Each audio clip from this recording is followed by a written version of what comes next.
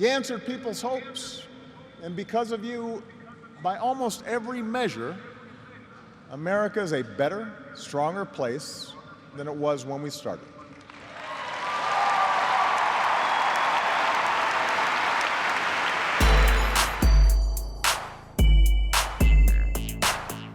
Welcome to Black Nouveau. This is our edition for January 18th, 2017. I'm Joanne Williams. President Barack Obama gave his farewell address to the nation last week in Chicago. We'll discuss his legacy. And we'll chat with Bill Jackson, the director and star of a local production of The Lion in Winter. You know, for more than a quarter of a century, the Reader's Choice Bookstore has added cultural enrichment to Milwaukee's fans of African American literature. But that's about to change. Liddie Collins has that story. I always like a book that can give you some quotes from Popeye, Right. as well as Shakespeare. Yes. In 1989, there was not a black-owned bookstore in Milwaukee. Carla Allison changed that when she started the Reader's Choice Bookstore. I was pretty determined that there be a black-owned bookstore that focused on minority authors in the city. Now, 28 years later, she says it's time to move on. I've had my day in the sun. I have established a bookstore. People know what to expect from a bookstore. They will know that it's not an art shop, it's not a jewelry store, it's not a t-shirt store. People now will know what a bookstore should look like. There was not much encouragement in the beginning, but the response changed once the bookstore was up and running. One moment of encouragement came when an older gentleman came into the bookstore and got down on his knees. The man stood up after a while and he said, "Sister, you don't know what you got here. This is like water in the desert. This is exactly what we need. We don't need a cleaners. We don't need another restaurant. We don't even need a drugstore. What we need is a bookstore. Thank you." So in general, the reaction from the community has, throughout the years, been very supportive. I think the city of Milwaukee has been fortunate to have a landmark like this in the community where people can come and get the resources of somebody that knows how to guide them. She wanted the bookstore also to disprove two widely held ideas about African Americans. And that is that we don't read, and the other is that we don't support each other. I was determined to prove both of these things wrong. And I'm satisfied, by and large, that I did. I have been here 27 years, and there's no way I would be in the community for 27 years without substantial support from people riding the bus, people walking up and down the street, largely the black community. Now, because of the kinds of books that I sell, that is minority authors, it's a destination point. So people come up from Racine, people come down from Madison, people come in from Waukesha and so forth. Over the years, people have come to the bookstore not only to buy books, but for the social interaction. Whether they can read or not, people need someone to talk to. And very often when people come into the bookstore, even today, they're coming to talk. They're not coming to buy a book. And so, as I was advised when I opened the bookstore, you better have enough money to carry the bookstore yourself. So don't book a cruise and don't quit your day job. I only recently booked a cruise, never before. And I only recently retired. So the fact that I work full-time allowed me to carry this bookstore. It's my passion, it's my commitment, it is my contribution to the community. Her other contribution was and is the personal service she gives. I am just amazed at the questions that people ask me about book selection, about a book itself, about the need for that particular book. So one of my mottos is the right book for the right person at the right time. And I'm willing to have that conversation to help you find the right book for the right reason.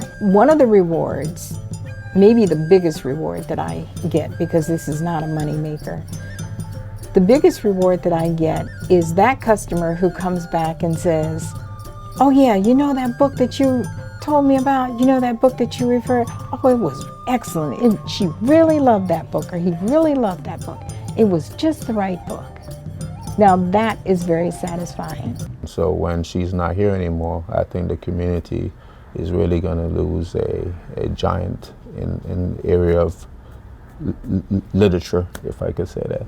As Carla Allison thinks about closing her bookstore, will she miss it? I don't think I'll miss it. And great holidays to you. I don't think I'll miss it. It's with me. It's with me. It's another one of those things that there's a time in your life for it, and after you have thoroughly experienced it and enjoyed it and cried over it, I've gone through a good range of emotions with the Reader's Choice. And so I'm really ready to step off. It's in my heart, it'll be there. But I'm ready to sit down and concentrate on nothing.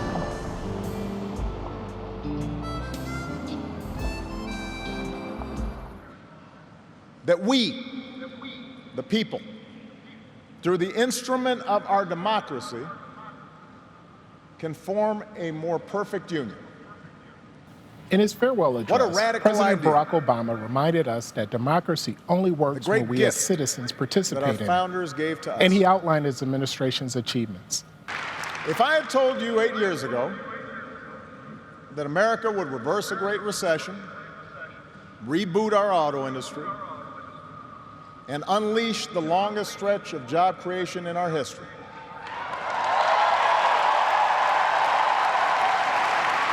if I had told you that we would open up a new chapter with the Cuban people, shut down Iran's nuclear weapons program without firing a shot, take out the mastermind of 9/11, if I had told you that we would win marriage equality and secure the right to health insurance for another 20 million of our fellow citizens,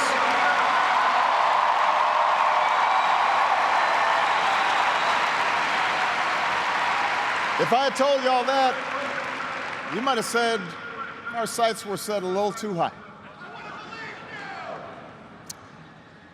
But that's what we did. That's what you did. And we are now joined by Dr. Rob Smith, professor of history at the University of Wisconsin-Milwaukee. Thanks for joining us. Glad to be here. Thank you for having me. So let's get started. What do you think President Barack Obama's biggest achievement was? You know, the most significant policy achievement, obviously, is the Affordable Care Act, and I think that's very, very critical that we acknowledge its significance.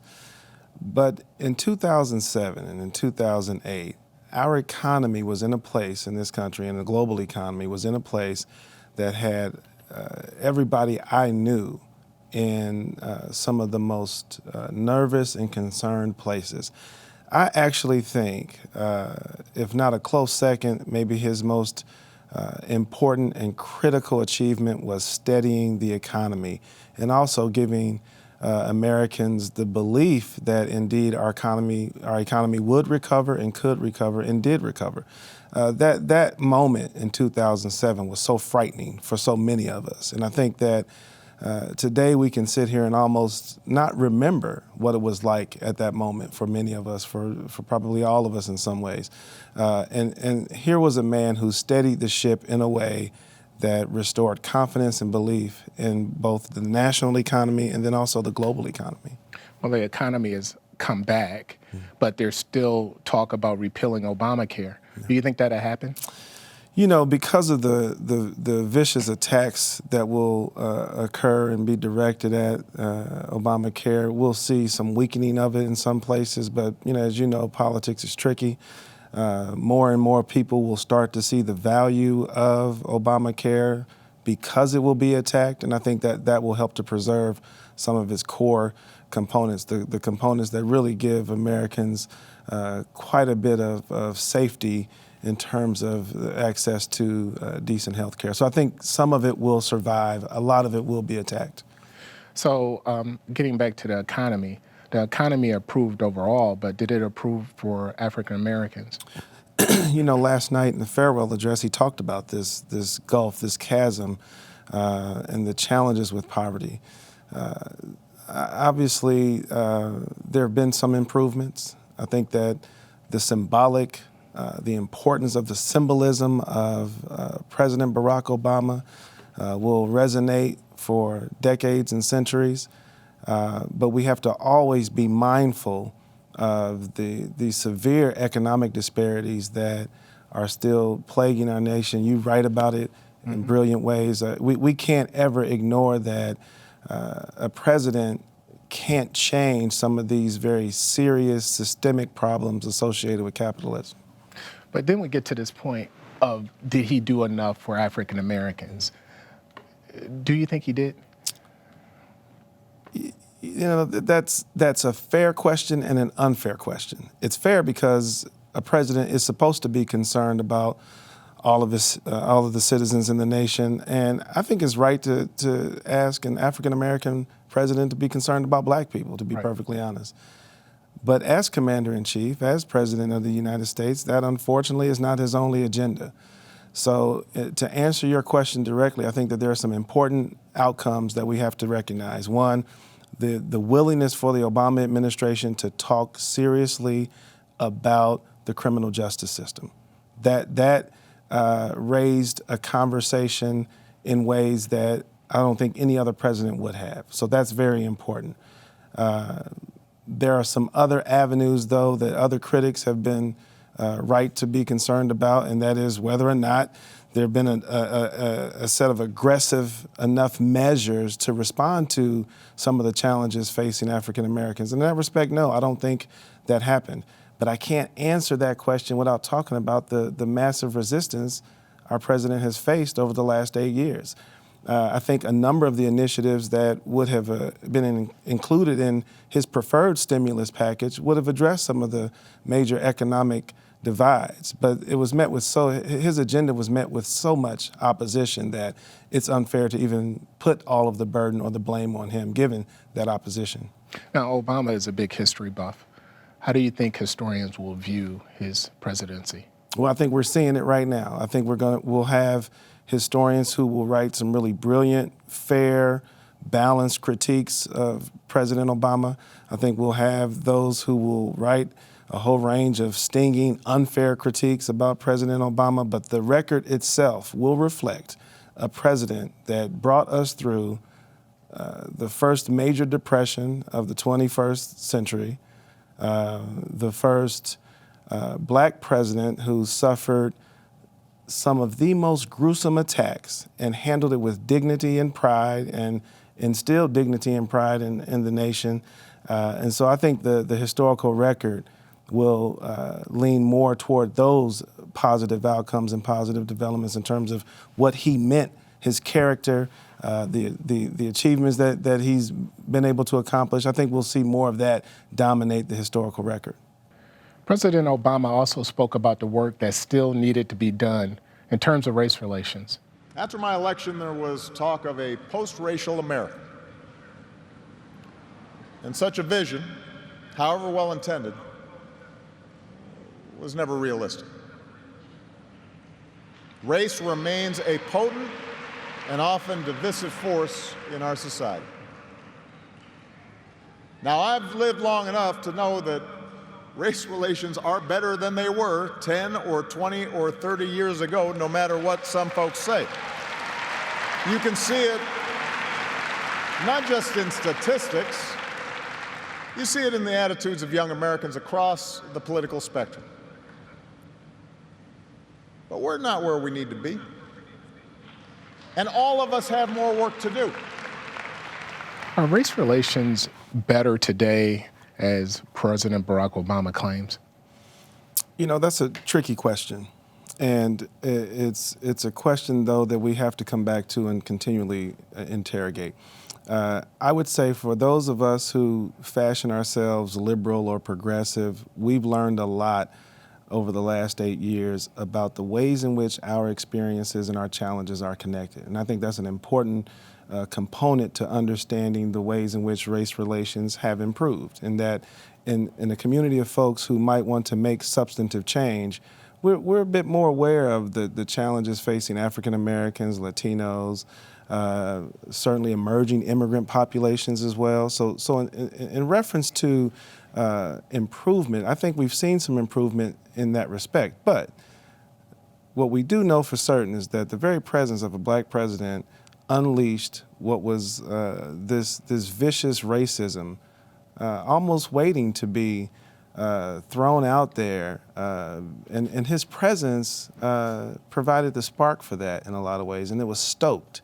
And we've seen it reach some evil levels recently, and unfortunately that might get worse. You know, where we are today and the ways in which that our president-elect is able to fuel some of this and has fueled some of it, we might see some very ugly times. We're in for a bumpy ride. But as the president told us last night, it's the responsibility of folks who fashion ourselves, again, liberal or progressive, to stay active, to stay vigilant, to continually engage in politics, because we are smarter now about the ways in which we can effectuate change. But could he have been more direct in addressing race? He could have been. I think that, you know, there have been a number of folks who've been critical of President Obama because he was very timid about and around issues of race. As he began to conclude his presidency, he became a bit more vocal, I think, in some ways. So, yeah, I think he could have been much more outspoken about issues associated with race. I think that he could have been a bit more sophisticated, really, in the ways in which he could have injected race into certain conversations. And obviously he didn't do so to make sure to maintain and keep some of the political momentum that was a part of his campaign and then ultimately his presidency. So, yeah, he could have been a bit more active and vocal about some of these issues associated with race. But I also think he did provide the opportunity for us to begin talking about some core issues that have some racial undertones, like the criminal justice system, for example. Let's talk about the image that President Obama or the Obamas gave to America. Mm-hmm. What type of image did they give to the United States and to the world? I can't think of a more beautiful first family. I can't think of a family that sat in that home over 4 or 8 years that exemplified excellence. I can't think of another family that where the children weren't acting crazy. You know, I can't think of another first lady who was as dynamic and brilliant as Michelle Obama.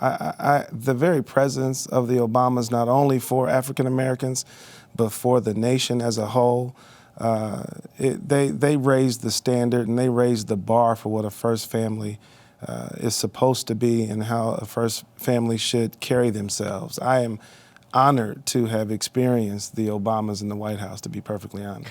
And not only that, they overcame the race element because people were coming at them all the time about race. Can you talk about that a little bit? Yeah, you know, I've never seen such ugly vitriol spewed at a first family. You know, I think some of the worst things that I had heard about former first ladies don't even compare to some of the things folks have been saying about First Lady Obama. I've never heard anything close to the language and the words used to attack President Obama and the family in general. You know, this particular first family was remarkable not only in the ways in which they were able to deal with those insults and to almost, as the First Lady has said over and over, rise above it, to move to a higher level. I don't think any other family could have handled it in the same way. I think another president and First Lady would have responded in some ways that would have been undignified for a first family. But they carried it in ways that is remarkable. I agree. Well, thank you for coming on. It'll be interesting to see what happens next, but the Obamas did a great job. Yeah, and I'm looking forward to their life after D.C. I think they're going to go on to do even more remarkable stuff for this country. Thank you. Thank you very much. I marvel at you after all these years, still like a democratic drawbridge going down for everybody. At my age, there's not much traffic anymore. To your interminable health. Well, wife, what's on your mind? I've just seen Richard. Splendid boy. He says you fought. We always do.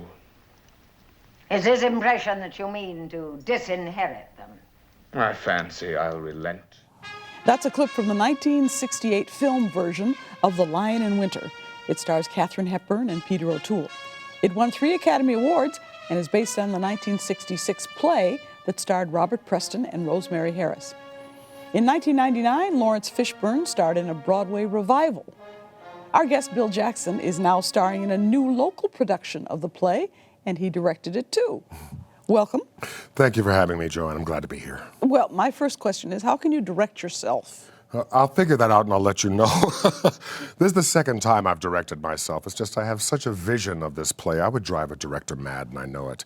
Plus, I have such a competent company. They take a lot of the work away from me. Who else is in the play with you? Who are the other actors? There's Liz Norton, who's playing Eleanor. The 3 sons are Shane Stelliga, Corey Jefferson Hagen, and Nicholas Colin Hobner. These triple names drive me crazy. The French King is played by Corey Jefferson Hagen, and Ashley Rodriguez plays Princess Alice, and I'm Henry II. For those who don't know the story, what's the story of The Lion in Winter? This is what's funny, because most people have only seen the film. The Lion in Winter is a domestic comedy. It's a comedy? It is indeed. It's about a family who just happens to run the Angevin Empire. You know, the fact that they're royals gets in the way. But it's problems between a father and his sons who are so ungrateful and so treacherous. And then he's having an affair at the same time that he's still married to a wife that he still loves. He loves 2 women. It's a very complex story, but it is genuinely funny. Well, I remember from the movie, I've only seen the movie, that there are some lines that I found funny, and I thought, I wondered if I should be laughing. That happened to me when I saw a production of it at Waukesha Civic. She has a line at the end of one of her scenes that's a showstopper. I was the only one in the room laughing. Well, my favorite line in the movie is when she says, every family has its ups and downs. That's the one. Yes. That's the one. I hope our audiences will know that this is a comedy. The way I'm directing it, we set it up right away. It's okay to laugh. But the actors have to know that it's a comedy. That's a stylistic consideration that a professional actor has to take into consideration when they create the role. So as they're up on stage, if they get a laugh, they can't just keep going with their lines. They have to sort of wait and let the laughter die down. That's why the films were not made as comedies. When the audience is there, they respond and actually affect the timing of the play. My actors are more than ready for it. But I did tell them, be ready for them to laugh at stuff that you didn't think was funny yourself. Well, how does an actor adapt when something like that happens? They don't think it's funny, but the audience does. What do they do? A trained actor, first of all, goes to the text. What does the play require of you? Then next, what is our interpretation? You check with the director. What is our objective for the play? What are we after? And then you bring with you from your own experiences, your own personal experiences. For instance, Liz Norton, who plays Eleanor, she has 4 sons of her own. So she... Yeah, she has experience. She knows. And the ages of the character make a big difference, too. One character, John, is played by Nicholas Colin Hobner. In fact, I was his teacher at the High School of the Arts when he was a freshman. And he's playing a great big lumpy 16-year-old who is the father's favorite and the crown prince. But he said to me, I'm actually playing 16 going on 12. I'm a prince, I'm spoiled rotten. And each of them are individual. but there's a cascade of events that happens that drives them toward the big ending. Why did you want to do this particular play? I like strong male characters to play. This is my fifth king. I've played King Alonso in The Tempest with Milwaukee Shakespeare. I was King Richard in The Lady in Waiting, Liz Shipe's play that we did at Solstice. I like strong male characters who have emotional vulnerability and it gets them in trouble. What about strong female characters? You know something? Actually, people think The Lion in Winter belongs to Eleanor. I did? Well, see, when I cast Liz, we met at Bella over on the East Side. She slithered into this chair and looked at me and said, "You know, Bill, I'm the lion." I said, "Is that so?" It all depends on the actors. She's a powerful actress, and she's so generous on stage. All of my actors are so generous on stage. Well, I'm going to thank you very much for coming and talking to us about The Lion in Winter. It's going to be where and when?